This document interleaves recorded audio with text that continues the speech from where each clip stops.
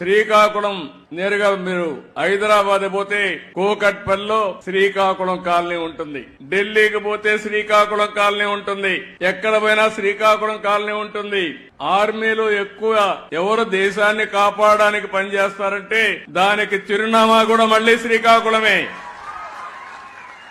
అలాంటి త్యాగాలు చేశారు. వేరే రాష్ట్రాలకు పోయి ఆ ప్రాంతాల అభివృద్ధి కోసం మీరు పనిచేస్తున్నారు. అందుకే ఇక్కడ చూశాను మా నాయకులు కూడా రోషం రావాలని చెప్పాను. 26 జిల్లాలుంటే 26 జిల్లాల్లో తక్కువ తలసరి ఆదాయం, దీన్ని ఇంగ్లీష్ లో పర్ క్యాపిటా ఇన్కమ్ అని మాట్లాడతాం. తలసరి ఆదాయం అంటే ఆ ఇంట్లో ఎంతమంది ఉంటే అంతమందికి కలిసి అంతే ఆదాయం వస్తుంది.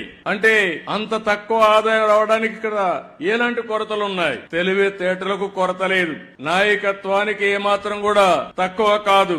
వనరులైతే వంశధార ఉంది, నాగావళి ఉంది, నిరంతరం నీళ్లు వస్తాయి, సముద్ర తీరం ఉంది, నేషనల్ హైవే ఎక్కువ ఉండే జిల్లా శ్రీకాకుళం జిల్లా. ఇంకో పక్కన గనులున్నాయి, బంగారు బండే భూమి కూడా ఉంది. ఇవన్నీ ఉన్నప్పటికీ కూడా ఇంకా వెనుకబడి ఉన్నారు. నేను అందుకని ఒక సవాలుగా తీసుకున్నా, అవసరమైతే మళ్లీ మళ్లీ వస్తా, ఈ జిల్లాను బాగు చేసే వరకు నేను మీకు అండగా ఉంటానని ఈరోజు మీకు మాట ఇస్తున్నా.